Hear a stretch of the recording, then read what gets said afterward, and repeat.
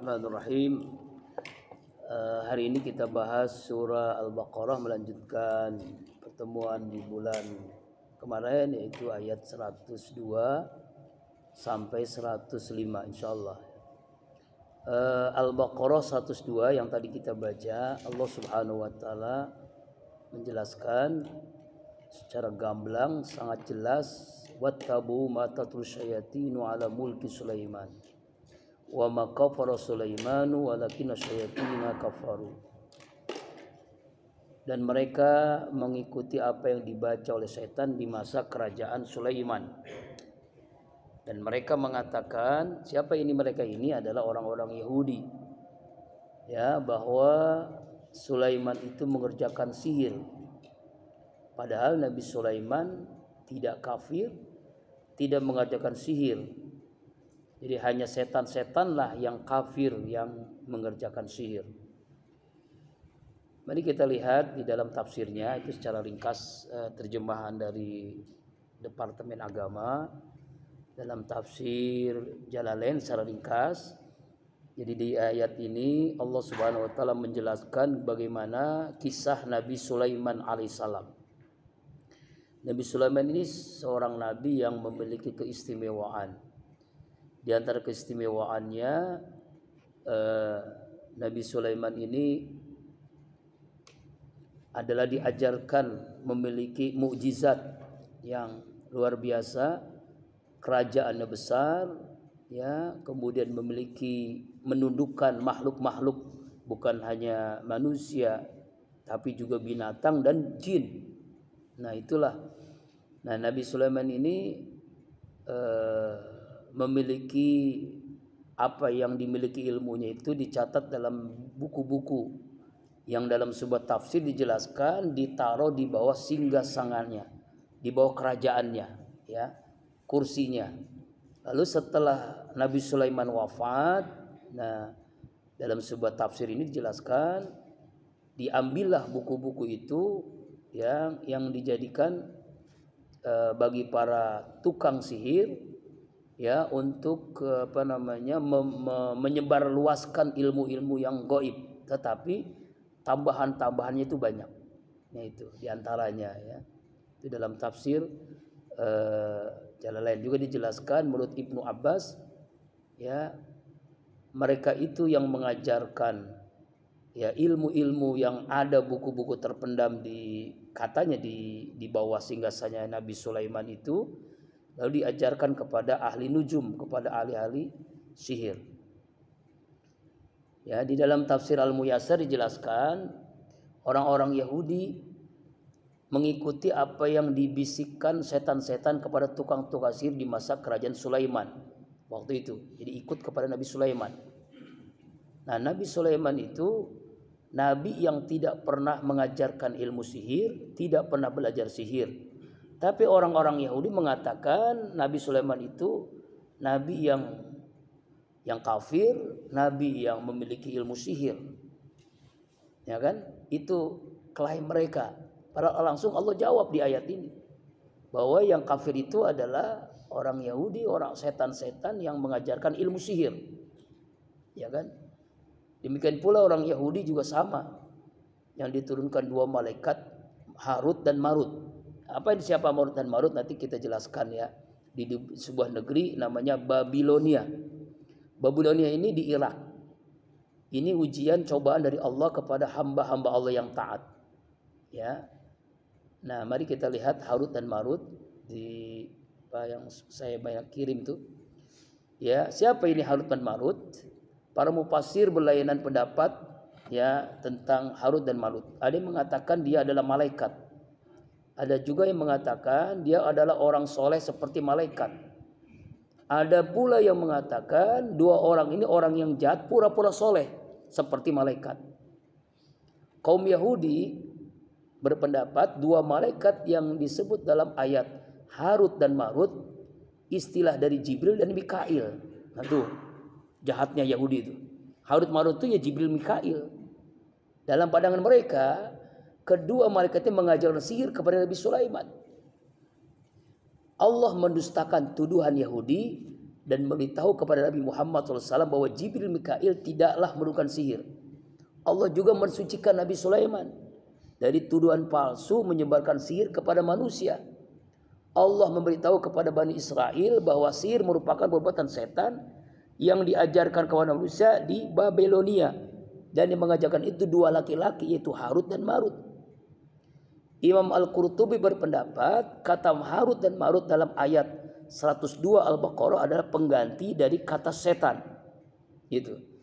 Kalimat kata ma dalam kalimat wa ma unzila alal malakaini merupakan manafiyah, ditiadakan, bukan sebagai isim mausul yang bermakna yang. Jadi kata ma merupakan negasi dari diikutkan kepada wa ma kadana. Artinya adalah Harut dan Marut itu pengganti dari setan menurut Al-Qurtubi. Menurut Ibnu Katsir dalam tafsir Ibnu Katsir sependapat dengan pandangan Al-Qurtubi. Tapi Ibnu Katsir berbeda pendapat bahwa Harut Marut itu pengganti setan. Sebab kata Ibnu Katsir hal itu tidak sejalan dengan gambaran setan. Sesungguhnya setan itu tidak memiliki naluri yang mendorong manusia untuk menasihatinya agar berbuat kebaikan. Jadi menurut tafsir Ibnu Katsir, Harut dan Marut itu adalah pengganti manusia. Karena itu lanjutnya mana ayat di atas, Sulaiman tidaklah kafir, tidak diturunkan sihir kepada dua malaikat, namun setanlah yang kafir. Mereka mengajarkan sihir kepada manusia. Setan yang mengajarkan sihir kepada Harut dan Marut, yang keduanya adalah manusia. Setan mengajarkan sihir kepada Harut dan Marut, yang keduanya adalah dua orang manusia. Ya itu. Keduanya tidak mengajarkan sihir kepada khalayak. Sungguhnya kami adalah fitnah, kata mereka. Harut dan Marut adalah badal dari manusia yang memiliki fitrah memberikan nasihat. Itu menurut Ibnu Katsir dalam tafsirnya. Jadi kisah Harut dan Marut berkaitan erat dengan Israiliyat. Apa ini Israiliyat? Israiliyat ini adalah kisah-kisah yang selalu diceritakan oleh Bani Israel, orang Yahudi, yang dibanggakan oleh orang-orang Yahudi. Makanya dalam tafsir banyak Israiliyat, tapi kita harus bisa memfilter ya, bahwa ada yang kita yakini itu benar, ada yang kita yakini itu salah gitu. Said Qutb dalam tafsir Fizil Quran menjelaskan bahwa Harut dan Marut itu adalah kedua orang yang sudah melarang Bani Israel mempelajari sihir, sebab sihir itu mencelakakan mereka. Namun Bani Israel tetap meminta keduanya untuk mengajarkan sihir. Akibatnya tadi fitnah yang menyebabkan seorang suami bisa menceraikan istri karena sihir. Maka mereka mempelajari dari kedua malaikat itu, dan apa yang dengan situ mereka dapat menceraikan suami dan istrinya. Ya kan? Itu tentang Harut dan Marut, yaitu ya. Jadi pengajaran sihir yang diberikan Harut Marut ini diriwayatkan juga oleh Ali bin radhiyallahu an, yang mengajarkan bahwa Harut dan Marut itu mengajarkan manusia tentang peringatan tentang sihir. Mereka mengajarkan bahwa mengajak untuk melakukan sihir, itu tentang Harut dan Marut, itu diantaranya. Kemudian langsung secara ringkas kita langsung ayat yang ke-103 ya. Walau annahum amanu wattaqau lamasubatun min indil khair law kanu ya'lamun. Sungguhnya jika mereka beriman bertakwa. Siapa mereka ini? Adalah orang-orang yang ahlul kitab, yaitu orang Yahudi. Sungguhnya pahala di sisi Allah ada lebih baik jika mereka mengetahui. Seandainya mereka orang Yahudi beriman kepada Nabi Muhammad dan Al-Quran dari siksa Allah, maka Allah akan menjaga mereka dari siksa Allah dengan meninggalkan maksiat seperti sihir, ya kan? Seperti sihir. Ya, jadi seandainya. Nah, kalau kata lau itu seandainya. Ini biasanya wiridan orang main judi. Zikirnya orang main judi itu, jikalau andai kata umpama, kalau saya menang, ya kan? Nah itu. Makanya orang main judi ini kalau menang bikin ketagihan, kalau kalah bikin penasaran. Dan sekarang orang main judi itu bisa di rumah, judi online. Dan ternyata Indonesia ini terbanyak yang main judi online. Nauzubillahi min dzalik. Nah, akibat apa? Ya mungkin akibat ekonomi, akibat susah dan sebagainya. Tapi intinya adalah keimanan yang menipis, akhirnya dia menghalalkan segala cara. Itu diantaranya. Nah, seandainya orang-orang itu beriman kepada Allah, pasti ya dia mendapatkan pahala dari Allah dan keuntungan yang sangat besar dengan meninggalkan sihir yang mereka lakukan. Dalam tafsir Kementerian Agama dijelaskan bahwa ya kalau orang Yahudi beriman, bertakwa, takut kepada azab Allah, ya pasti mereka akan berikan pahala daripada mereka melakukan perbuatan sihir, ya, daripada perbuatan sihir, ya kan. Kemudian ayat 104, nah nanti saya jelasin ya.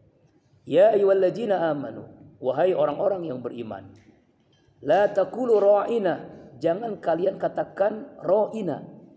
Wa qulu, katakanlah unzurna. Wasma'u, dengarkanlah, ya. Walil kafirin azabun alim, dan bagi orang kafir azab yang sangat pedih. Kalau kita membaca terjemahnya saja tanpa tafsir, ini bingung nih. Coba dah, apa maksudnya ayat ini kan? Orang yang beriman jangan mengatakan ro'ina. Kalau ayyuhalladzina amanu kutiba alaikumusiyam, jelas. Ya walladzina amanu atiullah ati rasul, jelas. Tapi kalau ini kan jangan kalian katakan ro'ina, katakan unzurna. Nah, kan apa maksudnya? Kalau hanya terjemahannya. Itulah pentingnya kalau kita hanya belajar Al-Quran hanya terjemahan saja, itu bisa bingung kita apa maknanya begitu. Mari kita lihat tafsirnya sekarang. Nah, kalau kita belajar tafsir baru kita lebih tahu apa maksud ayat ini. Al-Baqarah ayat 104 ini. Itu maksudnya adalah kata ra'ina, ya. Ini kan peringatan kepada waktu itu kepada para sahabat.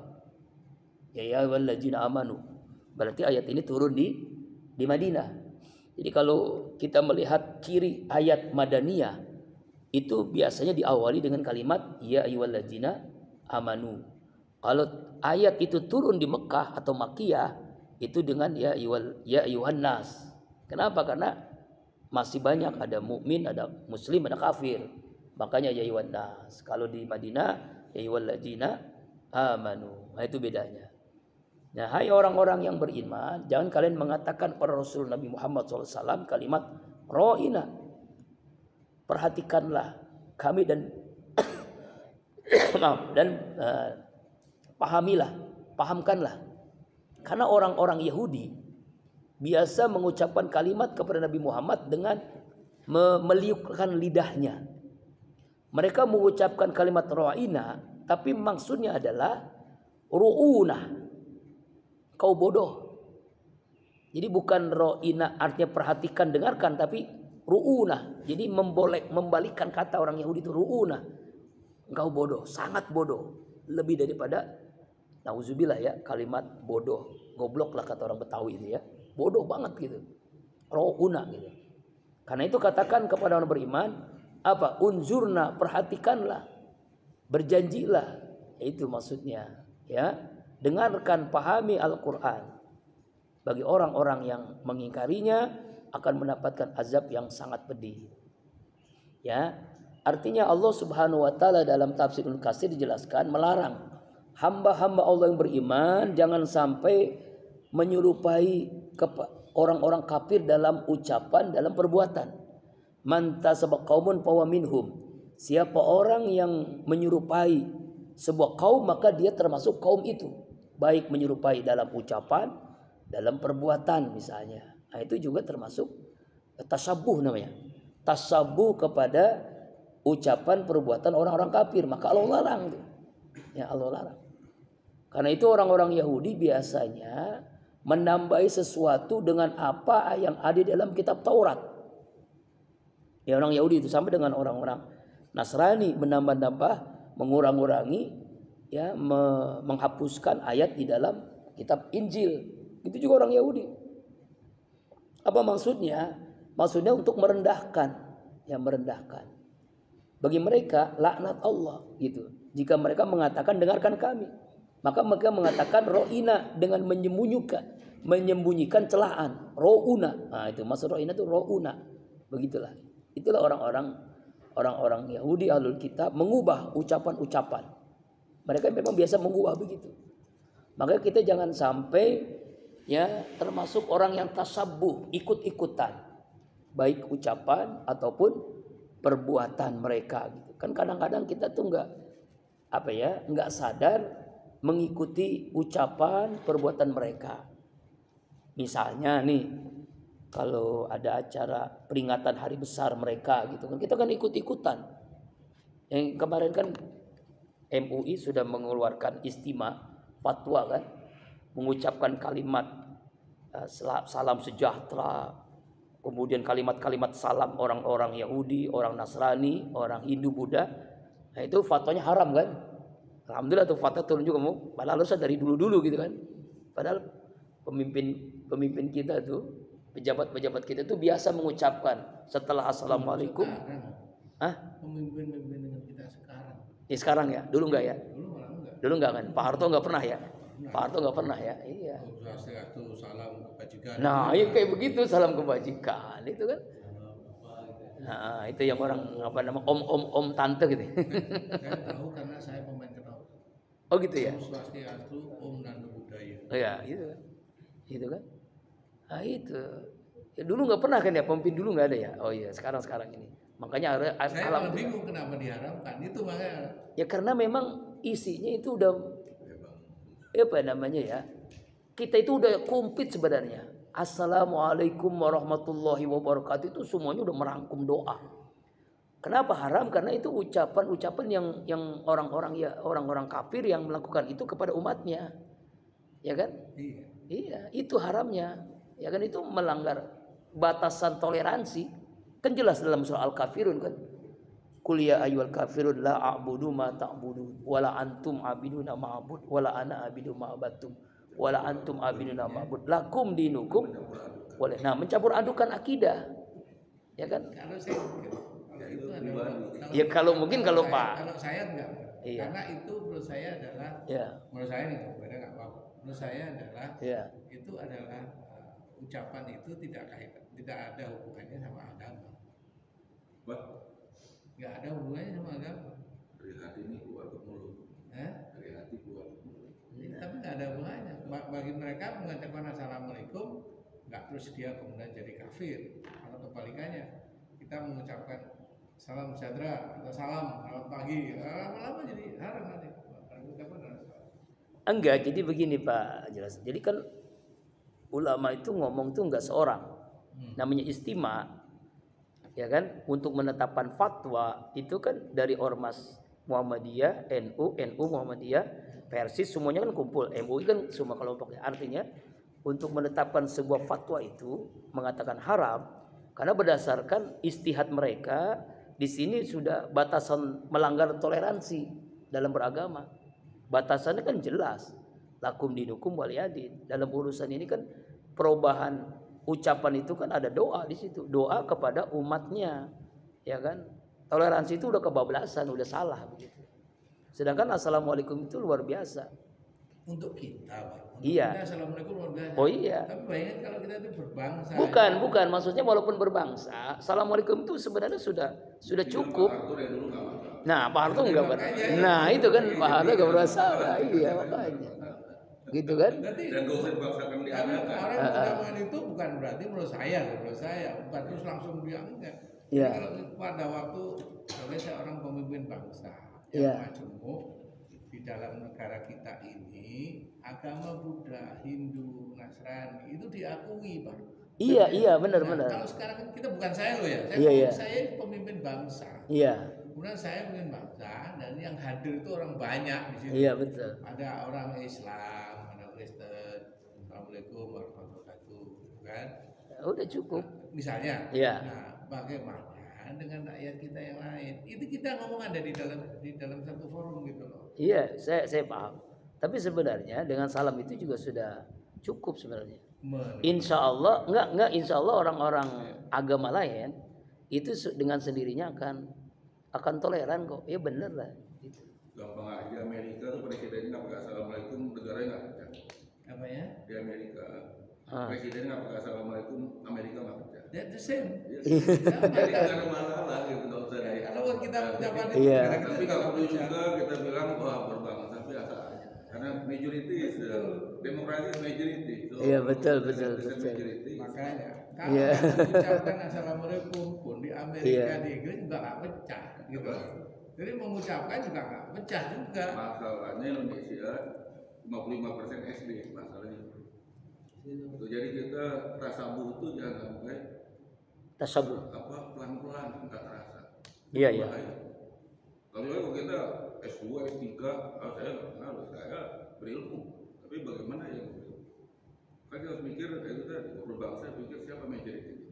Makanya yang benar itu tingkatkan keimanan, ketakwaan dan amalan. Saya nulis itu tekad itu yang penting. Amalan kita, iman kita, kelakuan kita itu lebih baik daripada itu. Sebenarnya masalah salam ini juga pernah ada hadis-hadis nih ya. Ketika orang-orang Yahudi itu, orang-orang kafirin itu, kalau mengucapkan salam itu merubah assalamualaikum. Ubahannya itu assalamualaikum, begitu. Jadi mereka merubah begitu. Jadi orang Yahudi kalau mengucapkan salam kepada Nabi Muhammad, assalamualaikum, semoga celaka untukmu, semoga kematian untukmu. Tapi konteksnya beda. Enggak, iya betul. Artinya setelah itu Allah merintahkan merespon dengan menjawab waalaikum. Jadi cukup begitu aja, waalaikum. Jadi untukmu seperti juga sama begitu. Jadi artinya memang di ayat ini larangan kita tasabbuh. Ini kan tasabbuh dalam ucapan atau perbuatan. Menyimpangkan arti. Iya, karena ro'ina itu dirubah. Arti enggak maksud saya tadi. Iya. Yang kita bahas. Iya betul. Sama yang disampaikanmu ini totally different gitu. Iya. Hal yang berbeda gitu. Sebenarnya bersama, Pak. Ini ya. Iya, hampir sama. Ya, karena mereka orang Nasrani, orang Yahudi, betul. Orang Nasrani, orang Buddha itu enggak melencengkan kata assalamualaikum. Kita tidak boleh mengucapkan bahasa mereka. Iya betul. Itu beda kan. Tapi saya juga belum tahu itu bagaimana alasan fatwa itu, tapi insya Allah memang itu untuk menyikapi sebenarnya ya. Seperti orang MUI yang difatwakan itu salam sejahtera masih dibolehin. Masih Islam itu menganjurkan salam sejahtera kalau sama-sama. Iya. Saya belum lihat percis itu gimana. Yang nggak boleh itu yang itu. Ucapan dari Buddha. Keyakinan agama lain. Kalau dalam Islam kan kita kepada umat yang bukan Islam kan disuruh salam sejahtera. Itu ada di anjurnya. Di fatwanya. Iya. Jadi kata-kata salam sejahtera buat kalian. Jadi di Indonesia aja salam sejahtera. Kalau ketemu sama orang, kalau dia jawab selamat pagi, kita jawabnya salam sejahtera. Jangan menjawab selamat pagi juga, karena yang diselamatin pagi. Pagi doang selamat ya. Iya. Jadi kita balasnya salam sejahtera. Karena arti Iya. Salam itu sejahtera. Salam sejahtera untuk kalian kan gitu. Arti assalamualaikum. Iya. Tapi kalau lengkap tuh semua dapat. Iya. Salam kita ke dalam Indonesia. Iya. Itu lebih pantas, makanya dulu pejabat-pejabat kayak Pak Harto menyapanya salam sejahtera buat kita semua. Itu untuk semua. Pak Harto nggak pernah bilang salam Buddha kebajikan nggak pernah ya. Itu baru zamannya Mega itu. Karena Mega kan memang Buddha. Oh begitu ya. Iya. Oh pantas. Iya. Karena dia masih turunannya. Jadi kita masih tahu. Iya. Gimana? Kepada orang yang bukan agama Islam, tapi di Indonesia, kita harus bilang salam sejahtera. Iya. Karena itu adalah terjemahan dari assalamualaikum. Kita mengindonesiakan. Nggak perlu kita bilang assalamualaikum, Pak. Karena dia kan bukan Islam. Iya. Kita nggak perlu membalas selamat paginya dengan selamat pagi juga. Iya. Kita balas salam sejahtera. Cukup sampai situ, Pak. Itu sudah bangsa. Iya. Salam sejahtera aja ya. Salam sejahtera. Atas ini juga ada. Tidak assalamualaikum apa? Iya, artinya ya. Tapi assalamualaikumnya doang ya. Kalau warahmatullahi wabarakatuh untuk Islam. Iya. Iya kan warahmatullahi wabarakatuh. Jadi Iya. ibunya Pak Karno itu Iya. orang Bali. Oh. Itu yang menyebabkan itu ya. Makanya dia mungkin menghargai. Kita juga mengatakan ya dalam ibadah mereka salam. Iya itu masalahnya ya. Ya, terima kasih masukannya, Masya Allah. Jadi di tengah harusnya. Jadi salam sejahtera cukup ya. Iya, makanya kan dari dulu sebelum kacau baru ini, Iya. sebelum masuk demokrasi, kita juga yang salah tahu. Iya. Nah, itu salam sejahtera. Lama-lama orang Sugeng Rawu salam apa bahasa Jawa kan ada dong.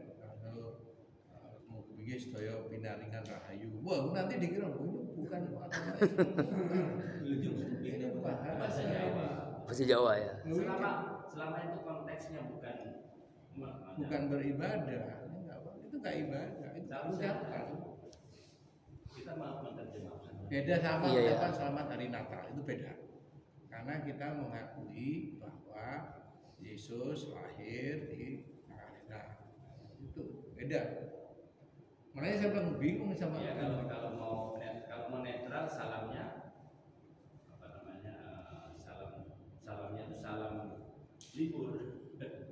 Salam libur. Selamat libur. Selamat libur. Jadi menurut saya kan etika MUI itu adalah kekisruhan hati.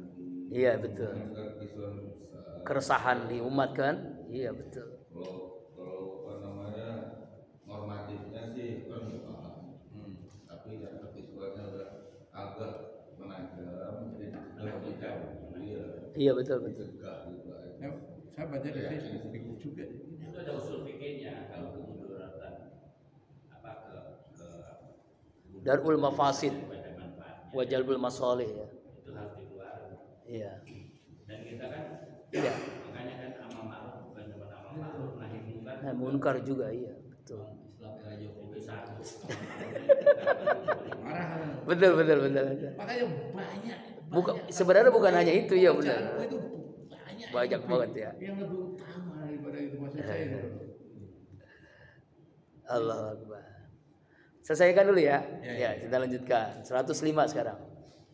Ma yawaddul ladzina kafaru min ahlil kitabi walal musyrikina ay nazzila 'alaikum min khairin min rabbikum wallahu yahtassu bi rahmati may yasha wallahu dzul fadlil azim. Orang-orang kafir ahlul kitab dan orang-orang musyrik tidak menginginkan diturunkan sesuatu kebaikan kepadamu ya Muhammad dari Tuhanmu. Dan Allah menentukan siapa yang dikehendakinya untuk diberi rahmatnya, dan Allah mempunyai karunia yang sangat besar. Ya. Jadi artinya adalah orang-orang musyrik, orang-orang kafir tidak menginginkan dari kalangan Arab itu dihubungkan dengan ahlul kitab. Ya kan? Dihubungkan dengan ahlul kitab. Sebenarnya intinya adalah kedengkian mereka kepada kenapa Nabi terakhir itu bukan dari kelompok mereka.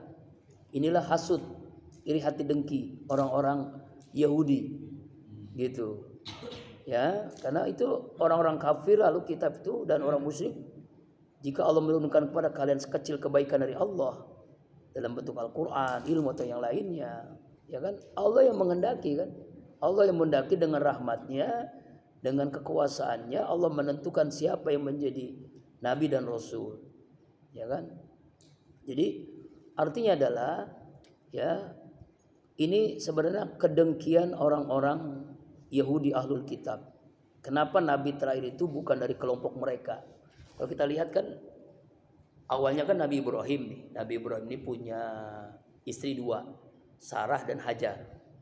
Ya, Bang Padan ya. Ada dua istrinya. Isinya 4. Kalau yang lain yang keduanya saya nggak tahu dah ya. Benar, isinya Kalau 4. Siti dari Karena Siti itu Hajar punya pembantunya di kami juga. juga. Ya, tahu dah kan. Nah, Kalau dibahas lalu 2. iya, Bang. Kasihan Pak Asep Betul. Maksud saya ini menjelaskan ini dari keturunan ini Nabi Ibrahim kan pertama Nabi Ibrahim. Dia kan bapaknya para nabi. Punya anak dari Siti Hajar, Nabi Ismail. Dari Siti Sarah, Nabi Ishak. Dari Nabi Ishak ini nanti ke Nabi Yakub, Nabi Yusuf, Nabi Sulaiman, Nabi Ilyasa, terus Musa dan Isa. Dan dari Nabi Ismail ini terus ke Nabi Muhammad SAW. Nah ini mereka ini sangat dengki. Kenapa kok Nabi terakhir bukan dari Bani Israel tadi? Kenapa dari bangsa Arab? Itu yang membuat ayat ini menjelaskan seperti itu. Jadi intinya adalah kedengkian, hasut yang luar biasa. Kenapa Nabi itu bukan dari kelompok mereka, begitu kan ya? Ya kan? Jadi kebaikan itu hanya diberikan kepada kelompok mereka katanya. Padahal mah Allah yang menentukan segala-galanya kan. Ya. Itu. Dalam tafsir Pak Quraisy Shihab, tafsir Misbah dijelaskan bahwa kata sedikit dipahami dari kata min. Maksud adalah baik yang merupakan kebaikan rohani, ya, Al-Quran, petunjuk Allah, rasa aman dan sebagainya, maupun kebaikan materi, limpahan materi. Allah ya mengingatkan latar belakang sikap tersebut. Latar belakangnya intinya adalah kedengkian, hasut, iri hati yang luar biasa dari orang-orang Bani Israel, ya kan? Ayat ini juga menjelaskan sebab keengganan orang-orang ya tidak maunya orang Yahudi beriman kepada Al-Quran, beriman pada Nabi Muhammad karena rasa dengki yang luar biasa kepada mereka, ya kan? Orang Yahudi ini tidak dipilih ya dan juga orang Nasrani sebagai nabi yang terakhir. Gitu. Nah, sedangkan kata musyrikin adalah orang-orang kafir Quraisy, ya, kafir Quraisy yang memang dia penyembah patung, penyembah berhala. Jadi makanya mayawaddul ladzina kafar min ahlil kitab walal musyrikina. Orang-orang kafir dari ahlul kitab, Yahudi, Nasrani, orang-orang kafir dari orang-orang penyembah patung, yaitu kafir musyrikin Mekah, ya, tidak menginginkan diturunkan kebaikan dari Allah, ya kan? Padahal Allah lah yang menentukan siapa yang daki may yasha wallahu yaqtasu bi rahmatihi. Allah menentukan dengan rahmatnya Allah. Allah menentukan sesuai dengan kasih sayangnya Allah. Mayyasha bagi yang dikehendaki oleh Allah. Wallahu dzul fadl azim, dan Allah memiliki karunia yang sangat besar. Itulah di antara ayat 105 Al-Baqarah. Nah, apa yang kita simpulkan dari ayat-ayat Al-Baqarah yang kita bahas hari ini 102 dan sampai 105. Yang pertama ayat 102. Sebenarnya penjelasan 102 ini panjang ya, tapi kita ringkaskan saja. Yaitu tentang orang-orang Yahudi mengetahui apa yang dibisikkan setan kepada tukang-tukang sihir pada masa kerajaan Nabi Sulaiman. Nabi Sulaiman ini adalah anak dari Nabi Daud alaihissalam. Nah, dan karena itu orang Yahudi ini sampai dalam tafsir Ibnu Katsir, saking memfitnah Nabi Sulaiman itu dikatakan Nabi Sulaiman itu punya istrinya 700 istri yang sah, 300 gundik. Bayangkan kalau istri 700. Itu sehari berapa orang? Itu tuh sampai yang memfitnahnya luar biasa tuh. Dalam Israiliyatnya orang-orang ahlul kitab Yahudi itu. Ya. Lalu juga memfitnah apa lagi? Nabi Sulaiman itu tukang sihir, ahli sihir. Padahal Allah jawab di ayat 102, Nabi Sulaiman tidak kafir, tidak sihir, dan tidak melakukan hal seperti itu. Tapi setan-setanlah yang kafir. Setan itu adalah ya orang Yahudi, orang-orang setan yang mengajarkan sihir kepada manusia, udah merusak agama. Begitu ya. Dan demikian pula orang Yahudi mengikuti sihir yang diturunkan dua tadi tentang Harut dan Marut ya di Babilonia. Babilonia ini negeri yang sudah modern di zamannya tuh. Saking modernnya itu Babilonia itu. Ya. Tentang masalah astrologi apa astronomi itu? Ilmu astronomi dengan astrologi perbintangan. Makanya nama-nama planet itu kan planet itu sesuai dengan nama dewa-dewa yang mereka sembah. Ada dewa Plato, Merkurius, Venus, ya itu kan. Itu dewa-dewa yang mereka sembah tuh, Babylonia tuh. Ya kan? Nah, juga memfitnah juga. Kan dalam penjelasan dulu ada yang mengatakan Nabi Ibrahim itu menyembah matahari, menyembah bulan, menyembah bintang. Sebenarnya itu bukan menyembah. Nabi Ibrahim itu dalam pencarian Tuhan itu bukan menyembah, membandingkan. Itu bukan menyembah. Dia nggak pernah menyembah patung, menyembah benda-benda makhluk-makhluk yang Allah ciptakan, nggak pernah. Nah, yang menyembah itu adalah orang-orang Babylonia. Babylonia itu memang karena saking hebatnya dia, ya, dalam perbintangan pun itu kan ada bintang-bintang apa tuh, Capricorns, terus Leo ya, Cancer ya. Dulu waktu masih bujangan tuh ada meramal nasib kan ya, horoskop. Gitu tuh. Itu diciptakan oleh Babylonia tuh. Ya Babylonia itu tuh makanya Babylonia apa sih? Di Irak, ada di Irak.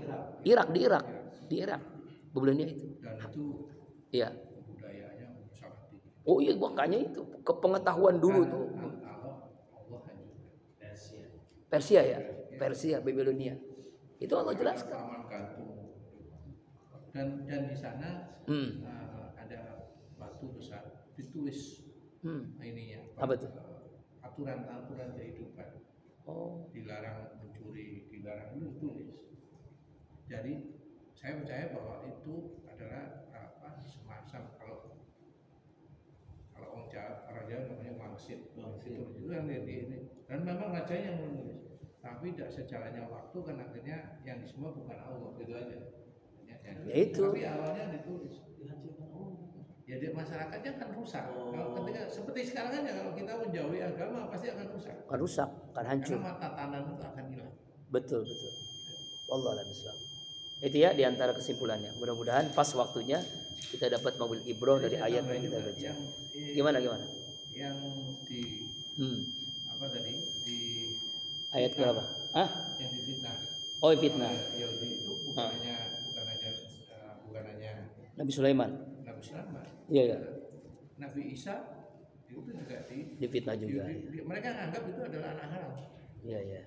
Itu seperti makanan, kenapa makannya beda? Karena dianggap Maryam itu selingkuh sama tentara Romawi. Karena di situ nggak ada Muslim, karena dibawain dari Roma.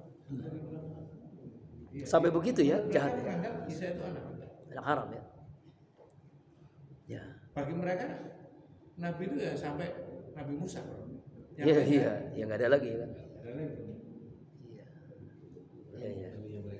Jadi ternyata memang begitu ya. Ya kan kalau ayat ini kan tentang Nabi Sulaiman. Mungkin nanti ada ayat tentang itu. Demikian ya, wallahu a'lam. Mudah-mudahan kita bisa mengambil pelajaran dan Allah rahmati, Allah marhamna bil Quran. Silakan kalau ada pertanyaan seputar Al-Baqarah 102 sampai 105. Silakan Bapak-bapak. Pak, ada tambahan dari Pak Haji Muslim? Enggak ada, cukup ya. Dari Bang Pardan? Pak Edwin ya.